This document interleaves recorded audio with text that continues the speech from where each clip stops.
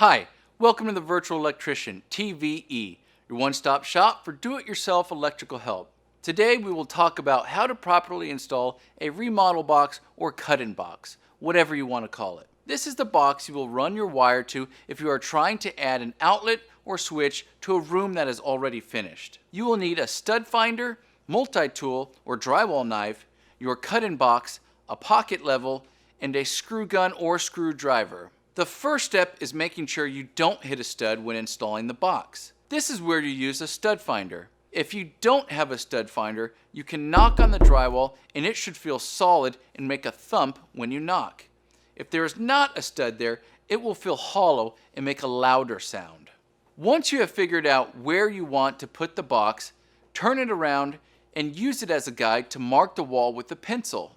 You want your box to be straight, so put your pocket level on there to make sure it is. I always like to cut horizontally first because if me or my stud finder was wrong and I hit a stud halfway through my cut, well then I just make that the side of the box and move it over a little bit.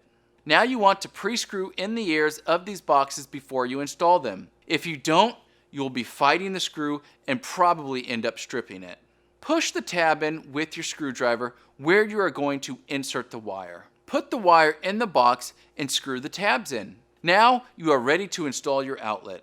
Subscribe for more helpful videos just like this one and head over to thevirtualelectrician.com if you'd like advice and help from our team of master electricians.